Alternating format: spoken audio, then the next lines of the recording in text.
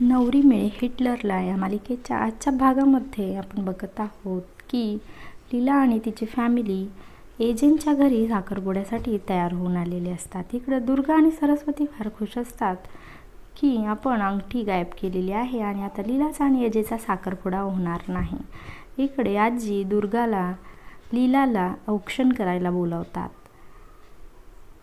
आजी लीलाचं फार कौतुक करतात की तू अगदी लक्ष्मी सारखी सुंदर दिसत आहेस। इकडे एजे लीलाला अंगठीबद्दल विचारत असतो, तेवढ्यात मावशी आई म्हणते की चला पटकन तयारी करूया आणि अंगठी आहे।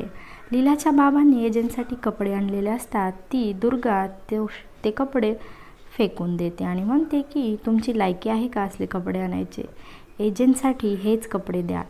असं म्हटल्याबरोबर लीलाच्या बाबांना, आईला आणि लीलाला प्रचंड वाईट वाटत असतं। तेवढ्यात एजे आलेले दिसतात आणि लगेच सरस्वती ते फेकलेले कपडे उचलून बाबांच्या हातात देते आणि म्हणते, असा दाखवतात की जसं काही झालंच नाही आहे। एजे विचारतात काय चाललंय, त्यावेळेस दुर्गा म्हणते की आम्ही अंगठीबद्दल बोलत होतो आणि पुन्हा एजे अंगठीबद्दल लीलाला विचारतात।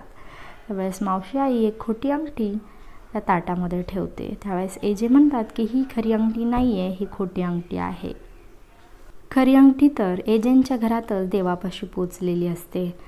काय ती अंगठी आता एजंटना सापडणार का आणि लीलाचा आणि एजंटचाच साखरपुडा होणार का, हे बघणं खूप रंजक ठरणार आहे। पाहत रहा नवरी मिळे हिटलरला।